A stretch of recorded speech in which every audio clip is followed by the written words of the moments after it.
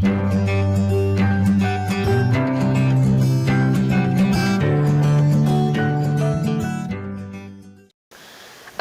warahmatullahi wabarakatuh. Kembali lagi bersama saya Siti Maryam.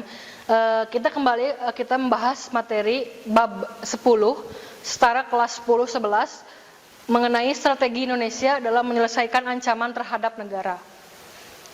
Nah, kita tahu bahwa Bhinneka Tunggal Ika merupakan kebinekaan yang terjadi di Indonesia, merupakan sebuah potensi sekaligus tantangan.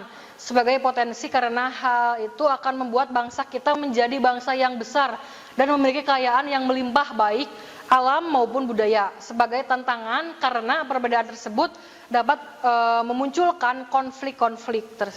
Nah, di sini selanjutnya kita ada yang disebut dengan AGTH, ancaman, gangguan, tantangan, dan hambatan. Ancaman itu merupakan suatu hal atau usaha yang bersifat atau mengubah atau merombak kebijaksanaan yang dilakukan secara konsepsional, kriminal, serta politik. Di sini ada kemudian gangguan. Gangguan itu merupakan usaha dari luar yang bertujuan untuk melemahkan atau menghalangi secara tidak konsepsional. Tantangan, di sini ada suatu tantangan, ada suatu hal atau usaha yang bertujuan atau bersifat menggugah kemampuan kita sebagai warga negara. Di sini ada hambatan. Hambatan itu merupakan suatu hal atau usaha yang berasal dari diri sendiri yang bertujuan untuk melemahkan atau menghalangi secara tidak konsepsional. Di sini kita akan membahas mengenai strategi mengatasi berbagai macam ancaman dalam membangun persatuan dan kesatuan bangsa Indonesia. Ada dua jenis ancaman. Pertama ada ancaman militer dan ada ancaman non-militer atau nir-militer. Nah, ancaman non-militer diantaranya ada bidang ideologi, bidang politik, bidang ekonomi, dan bidang sosial budaya. Nah, di sini ada strategi menghadapi ancaman militer. Pada pasal 30 Undang-Undang Negara Republik Indonesia tahun 1945, ayat 1 bahwa tiap-tiap warga negara berhak dan wajib ikut serta dalam usaha mempertahankan keamanan negara. Ayat 2 bahwa usaha pertahanan dan keamanan negara dilaksanakan melalui sistem pertahanan dan keamanan rakyat semesta oleh Tentara Nasional Indonesia dan Kepolisian Republik Indonesia sebagai kekuatan utama dan rakyat sebagai kekuatan pendukung. Nah, di sini ada kita kenal dengan Sishan Kamrata, disebut artinya dengan sistem pertahanan dan keamanan rakyat semesta. Pada hakikatnya merupakan segala upaya menjaga pertahanan dan keamanan negara yang seluruh rakyat dan segenap sumber daya nasional, sarana dan prasarana nasional serta seluruh wilayah merupakan suatu pertahanan yang utuh dan menyeluruh. Nah, menempatkan warga negara sebagai subjek pertahanan negara sesuai dengan perannya masing-masing. Di Sishan Kamrata ini beraspek sistem pertahanan dan keamanan negara yang bersifat semesta, bercirikan aspek-aspek sebagai berikut. Yang pertama ada kerakyatan, bahwa orientasi pertahanan dan keamanan negara diabadikan oleh dan untuk kepentingan seluruh rakyat. Kemudian ada kesemestaan, bahwa seluruh sumber daya nasional didaya gunakan bagi upaya pertahanan.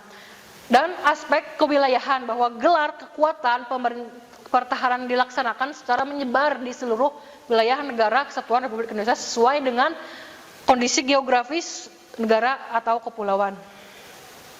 Di sini strategi menghadapi ancaman nir-militer atau non-militer pada bidang ideologi, politik, ekonomi, dan sosial budaya.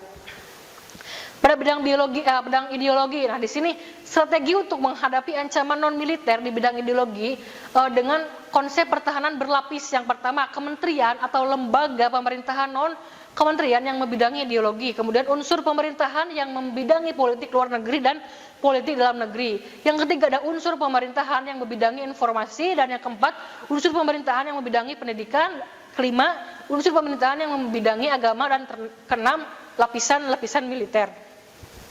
Nah, di sini dalam bidang politik, strategi dalam menghadapi ancaman di bidang politik dilakukan melalui dua pendekatan. Yang pertama ada pendekatan ke dalam dan ada pendekatan keluar. Pendekatan ke dalam itu yaitu penguatan dan penyelenggaraan pemerintahan negara, penguatan lembaga legislatif, dan penguatan kekuatan politik nasional.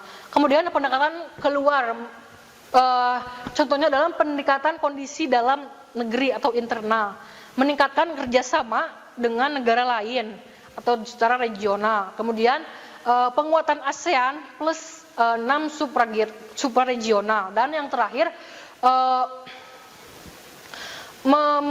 memperjuangkan kepentingan nasional melalui organisasi-organisasi global.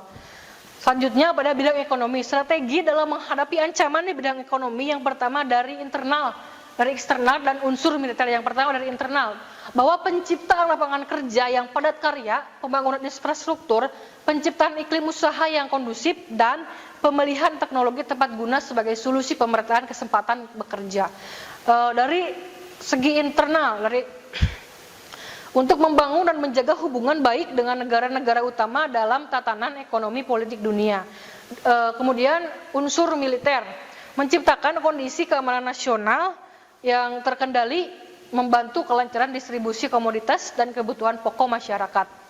Selanjutnya dalam bidang sosial budaya, bahwa strategi dalam menghadapi ancaman di bidang sosial budaya, pertama untuk memelihara keseimbangan dan keselarasan fundamental, yaitu keseimbangan antara manusia dengan alam semesta, manusia dengan masyarakat, manusia dengan Tuhan, keseimbangan dengan kemajuan lahir dan kesejahteraan batin.